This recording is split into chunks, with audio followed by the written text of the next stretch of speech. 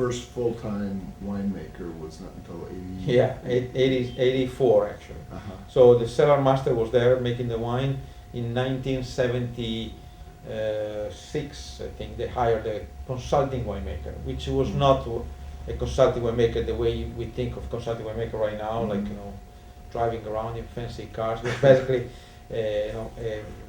a winemaker which had an enology degree and knew how to do the lab thing. So it was making sure the malolactic was completed and sugar, residual sugar was down, and also making sure that the wine was kind of clean and all the process were coming properly. But it was not really, and of course giving his interpretation of the wine. But in those days everybody was making wine in the same way. There's not such a thing as a style. Modern, through the 60s, the 70s, everybody was making Barolo and Barbaresco was making one style. That was the classic style. That was it. So the winemaker was just making sure that nothing went wrong. And by 1984, a full-time winemaker came on board for 3 years. And he set the wines in a little bit more modern direction. Yeah, there was the years then a lot of things were happening in the area.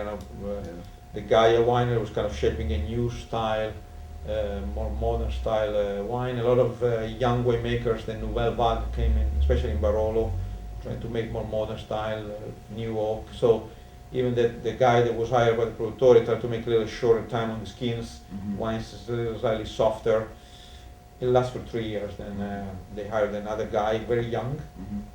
I think they purposely hired a young winemaker out of school so they kind of could shape his personality. And that's still the guy that we have now. And that's Johnny Testa. Johnny Testa came on board in 1986 as a young winemaker out of school and basically learned from the cellar master how to handle the Nebbiolo grapes. And the cellar master he was working with, it was the same young guy that came on board in 72 and learned from the original cellar master.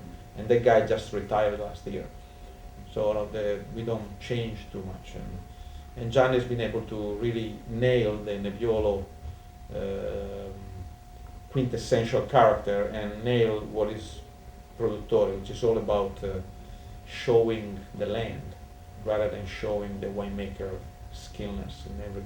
So in any given vintage, we just try to let the grape show their beauty without too much interference and too much manipulation. And that's I think the reason why in a small community of the Nebbiolo fanatic, Produttori has a very high reputation for delivering this very pure, intact quality, terroir driven in a true sense.